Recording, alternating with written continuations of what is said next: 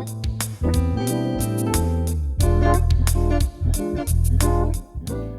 everyone, this is Tony Reeves, and I want to share with you 8 quick things you need to be mindful of that's letting you know that your business is growing and that you need to make sure you grow with it.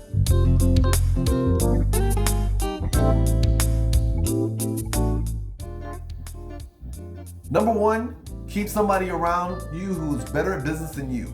If you're going out on your own, if you're one of those people who took business classes or run businesses before, do tomorrow. Because let me tell you, I didn't have a clue about any of those things. But I got lucky because I had someone in my life who helped me out, my wife, who was a better business person than I. Trust me, you want to have someone who's got some business skills around you because they can help kind of guide you as you're making some of those early on mistakes in terms of growing your business. Number 2, bookkeeping. Woo! Your books, people. Your books. For those of you like, what is it? You want to know money coming in, money going out, how much money you're getting in revenue, what you're paying in costs, what's your profits, what are your tax responsibilities, what do you have to pay, what do you have to keep? You want to have someone who's managing those things for you. Let me be the first to tell you, when you're doing it on your own, it's probably fairly easy to do it on your own because you probably don't have a whole lot of customers. But there's going to come a point in time, fairly quickly, you're going to need somebody who's going to manage your books so that you can see how your company is actually performing. Not based on the receipts and clients you got in the parking lot, but how much money you've got coming in, what money you've got going out, and where you need to trim the fat accordingly. Number 3, client selection. I don't care if this is case selection, I don't care if it's product selection, whatever the case may be. You need to start figuring out early on what type of customers you want to have. And then once you can, and what I mean by that, don't just drill it down and say, I want customers with money. No. You have to ask yourself, what type of demographic do you want from a client? Meaning, is there a certain income level? Because if you're offering a product that only certain people, like, not trying to be funny, that only certain people can afford, then you need to be gearing yourself in that demographic. If you're trying to offer for a particular population, like if you know that your services, because you're bilingual, you can speak multiple language, then you want to make sure you get your case selection and your customer selection in that community. Start identifying who you want as customers, and then start identifying down to the level: age, sex, ethnic background, socioeconomic status. Drill it down so that you can get an idea of what type of customers that you want. Collections.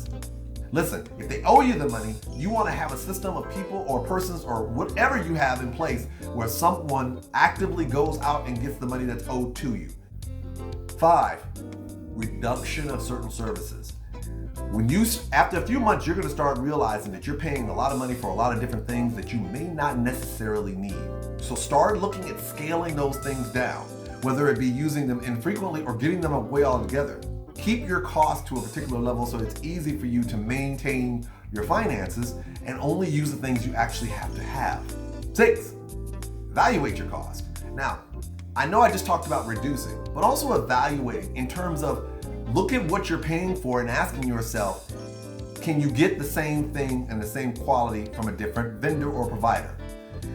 Now, I'm not gonna lie, I'm a bad one because I was able to find various vendors that once I got with them, they worked with me and they were wonderful. But one of the first things my wife did was, she was very critical. She, as well as a good friend of mine, my man Frank, who's my IT guy, were very good about sitting down with me and saying, if this is the service you want, let's start evaluating, is this the best service you're getting for the money you're paying for it, or is there something else comparable to that can provide you the same service but at less cost?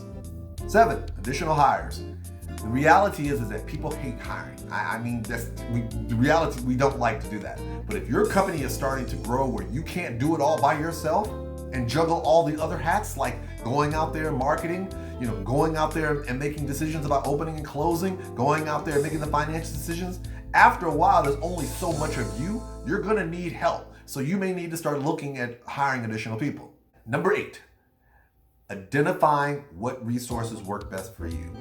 You're going to probably have all kind of opportunities for mentors or consultants and so forth, but if you're going to use outside contractors or vendors or resources like that, start figuring out which ones work best for you in the same way we talked about reducing and evaluating the cost.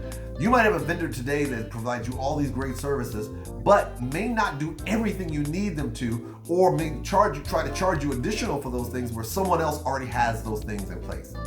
People, if you've got all these things going on right now, it's probably a good time to be you. So enjoy them. These are good problems to have. No one said it's going to be easy running your own show, but you are running it. So keep up the good work.